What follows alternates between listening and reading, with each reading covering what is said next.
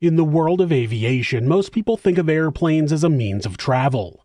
Commercial airplanes dominate our skies, and though they have been used as devices of death, that's not what they were meant for. Military planes, however, were developed to aid in wartime operations, and though they started with just surveillance, they quickly became machines capable of causing casualties on a massive scale.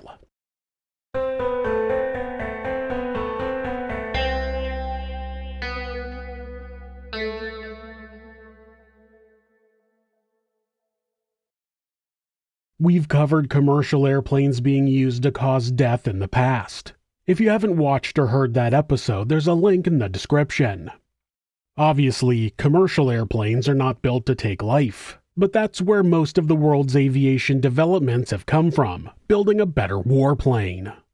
As soon as human beings realized they could carry out military operations from the skies, they began building contraptions that could elevate them above the battlefield. The 1909 Wright military flyer is listed as the world's first military aircraft, but that's not true. It might have been the first military airplane, but the French were taking to the skies during combat before that. The French Aerostatic Corps flew observation balloons during the Battle of Fleurus in 1794. The French continued using balloons in future conflicts, including the Napoleonic Wars and the Franco-Prussian War. The balloons did more than just gather information, though. They waged psychological warfare. Austrian troops saw the French balloon as an agent of the devil working with the French Republic. That fear factor and better battlefield intelligence helped France win at Fleurus. Almost 7 decades after the French innovation, balloons returned to warfare during the American Civil War. Thaddeus C.S. Lowe led the Union Army's Balloon Corps after convincing President Lincoln about aerial reconnaissance through an impressive demonstration. Union and Intrepid, the largest ones, could hold 32,000 cubic feet and carry 5 people. Smaller balloons like Eagle and Excelsior held 15,000 cubic feet and carried 1 person. Those observation platforms gave vital intelligence during major battles, including the Peninsula Campaign and 7 Days battles. The Confederates tried to match that strategic advantage by developing their own balloon program, but material shortages limited their success. Artillery officer Edward Porter Alexander used their cotton balloon Gazelle, which had a varnish coating and used hot air instead of hydrogen during the 7 Days campaign. As soon as the Wright brothers had completed their first flight in an airplane and then modified their Model A into a military aircraft, the U.S. purchased one.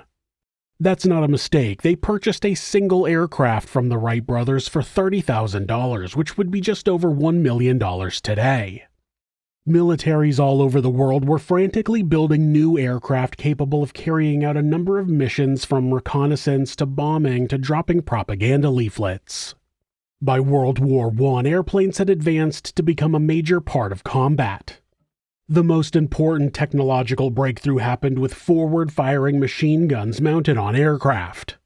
Early versions used flexible machine guns operated by observers in 2-seat aircraft, or weapons mounted to fire outside of the propeller arc. The perfect setup would be forward-firing guns arranged with the aircraft's flight path, but the obvious problem was that bullets would hit the propeller. Dutch designer Anthony Fokker developed a true synchronization gear for German aircraft by using a pushrod controller connected to the engine that allowed the machine gun to fire only when propeller blades were clear of the bullet's path.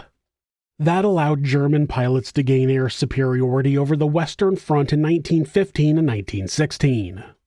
Most combat aircraft used the hydraulic Constantinesco fire control gear by 1917, which gave reliable synchronization and even the playing field in aerial combat. It was during World War II that military airplanes saw the greatest change.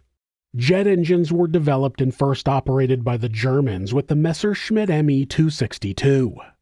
Jet aircraft by other nations followed, but the U.S. wouldn't start actively using jets until after World War II. What they would use during that conflict, though, was extensive bombing. Dropping bombs became a common wartime tactic between the Allied and Axis powers. Allied planes would drop bombs on German ships and supply depots, while Germans were bombing Allied cities like London, Rotterdam, and cities all over France.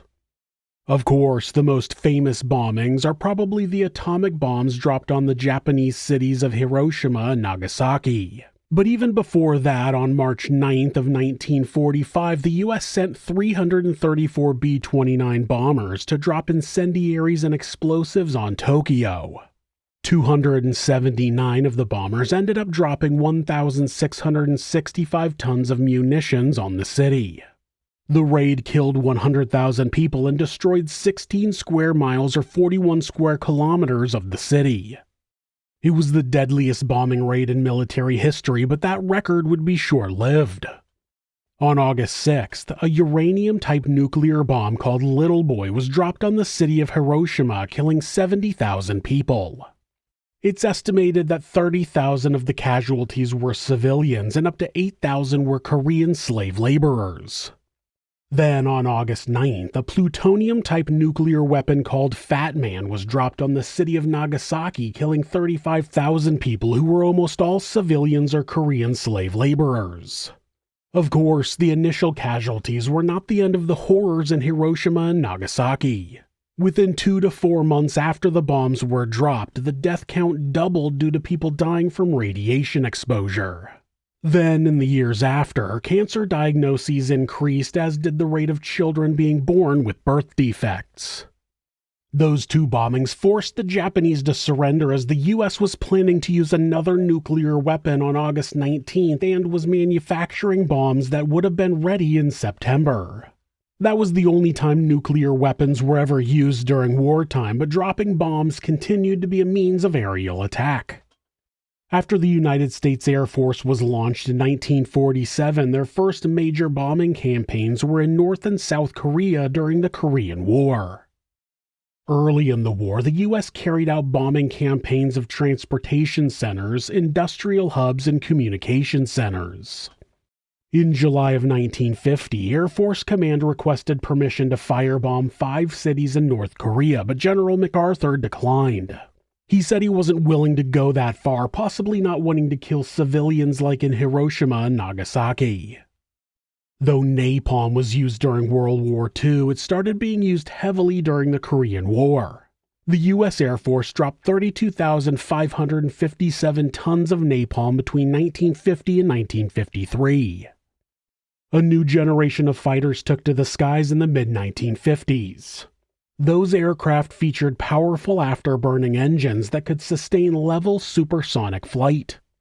America introduced groundbreaking designs like the Corvair F-102 Delta Dagger, the first operational pure Delta fighter without a separate horizontal stabilizer, and the North American F-100 Super Sabre. Other nations joined the race with their own innovations. France's Dassault Mystère B-2, Sweden's unique double delta Saab 35, and the Soviet MiG-19. The McDonnell F-4 Phantom II and the MiG-21 stood out as remarkable achievements. The U.S. Air Force adopted the twin-engine F-4, originally a carrier-based interceptor, as its primary fighter due to its exceptional performance. The compact delta-wing MiG-21 became the most accessible fighter jet that posed serious challenges to American pilots over Vietnam and Israeli forces during the 1973 conflicts. Cold War nuclear doctrine transformed strategic bomber operations dramatically. The U.S. Air Force ran Operation Chrome Dome from 1961 to 1968. B-52 strategic bombers carrying thermonuclear weapons flew continuous airborne alert missions ready to strike Soviet targets at a moment's notice. The Cuban Missile Crisis intensified those operations, with daily B-52 launches jumping from 12 to 75 aircraft. The role of interceptors changed completely during that era. Designers prioritized speed and climbing ability over range and maneuverability to counter nuclear bombers effectively. The YF-12 exemplified that approach, reaching incredible speeds of Mach 2.7 at altitudes above 80,000 feet. The Vietnam War holds the record for having the most extensive bombing campaign out of any war. The U.S. dropped more than 7.5 million tons of ordnance on Vietnam, Laos, and Cambodia during the war. They also used over 400,000 tons of napalm as well as 19 million gallons of herbicide.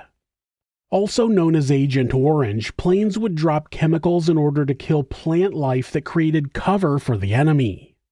Despite it not being intended to harm people, it did, and many people on both sides of the war became ill from exposure to the chemicals. Throughout the war, the country was heavily bombed to the point that some areas received approximately 500 bombs per square kilometer.